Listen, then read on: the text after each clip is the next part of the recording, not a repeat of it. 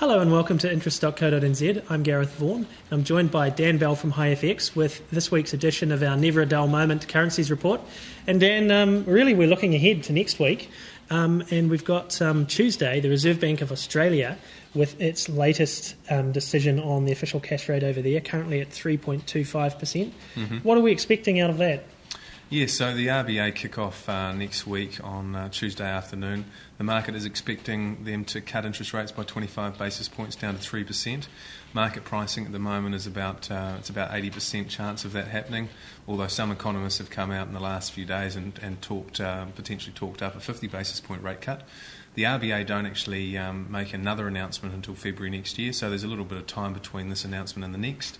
And as we've heard from the Reserve Bank of Australia recently, they really want to try and give the rest of Australia's economy outside of mining and resources a bit of a break, and to do that they need to bring the Australian dollar down. So I think they're going to cut next week. I think they're going to cut again, and that would have the cash rate in Australia getting closer to ours, which is currently at 2.5%. So it's going to be interesting to see what happens on Tuesday.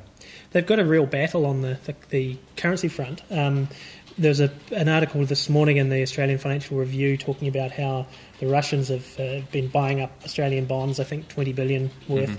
So, I mean, obviously the Australian and New Zealand currencies, especially the Aussie one, have been seen as attractive from a global perspective with everything that's going on in the world at the moment. Yeah. So it's not going to be easy for them, is it, even if they do cut that OCR? Yeah, that's right. I mean, there's been quite a bit of reserve diversification by the global central banks over the last few years, out of the likes of the US dollar and the euro and the Japanese yen into currencies like the Aussie dollar and the Kiwi. The Australian dollar has a AAA rating by most of the credit rating agencies, and their economy has continued to perform quite well. But what we're seeing in Australia is a peak in investment, and private capital expenditure numbers released this week flagged that it looks like we're going to see 0% zero growth in business investment next year. So earlier this year, some analysts had flagged the fact that resources and mining investment was going to peak this year. So next year that could have a bit of a drag on growth in Australia, and clearly another reason why I think the Reserve Bank of Australia wants to try and loosen up the monetary policy and hopefully bring the Aussie dollar down. So next year I think is going to be quite interesting for the Aussie dollar. In fact, one of the most watched forecasters this week is forecasting the Aussie dollar under parity next year, in fact going as low as sort of 95 cents. So we're currently the Aussie dollar against the US is currently sitting about 104, so still very, very high by any historical standards, and is still reasonably strong against the New Zealand dollar, although it is losing a bit of ground at the moment. And then next Thursday we've got the Reserve Bank of New Zealand with its review of the official cash rate. We're obviously at 2.5%. What are we expecting from Graham Wheeler?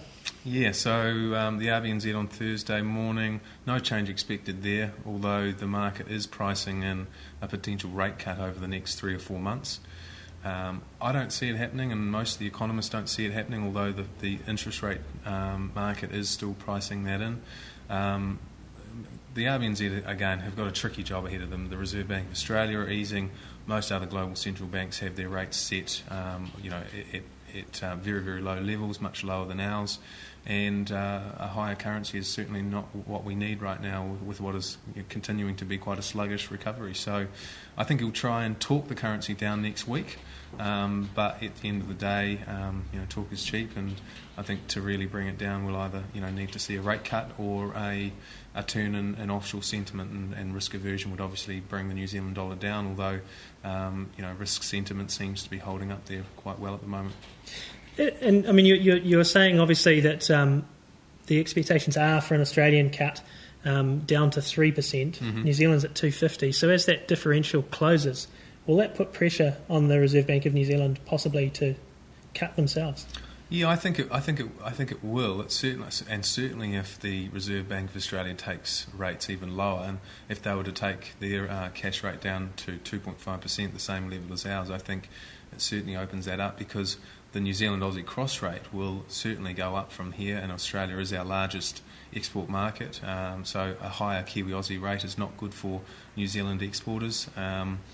And looking at the Australian economy next year, if Australia does continue to slow, then obviously that's a risk for our economy as well. So certainly a challenging time for any central bankers, and for New Zealand and Australia at the moment, the currency, the strong currency is a big issue. So it'll be interesting to see what they say next week.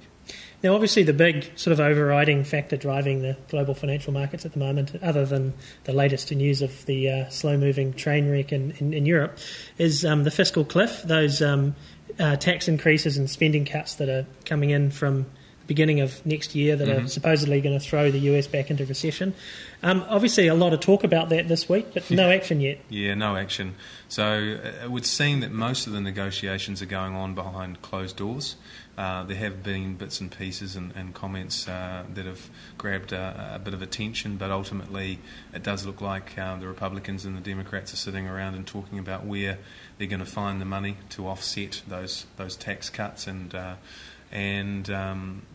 spending cuts. So the fiscal cliff could actually, we could get to a point where the US goes over the fiscal cliff. So, if nothing happens this side of Christmas, well, clearly we're going to get to the 1st of January, the US is going to go over the so-called fiscal cliff, and at some stage they're probably going to put some sort of package together. So it could go all the way to the end, it could go into the first couple of months of the new year. But I think policymakers in the US will be mindful that will create in itself quite a bit of uncertainty, particularly with businesses, and that's not really something that they want at this stage either. With the US, the US economy has been doing a bit better. Their third quarter GDP number released last night came in at 2.7% on an annualised basis, which is obviously a lot better than many other global economies out there, particularly Europe.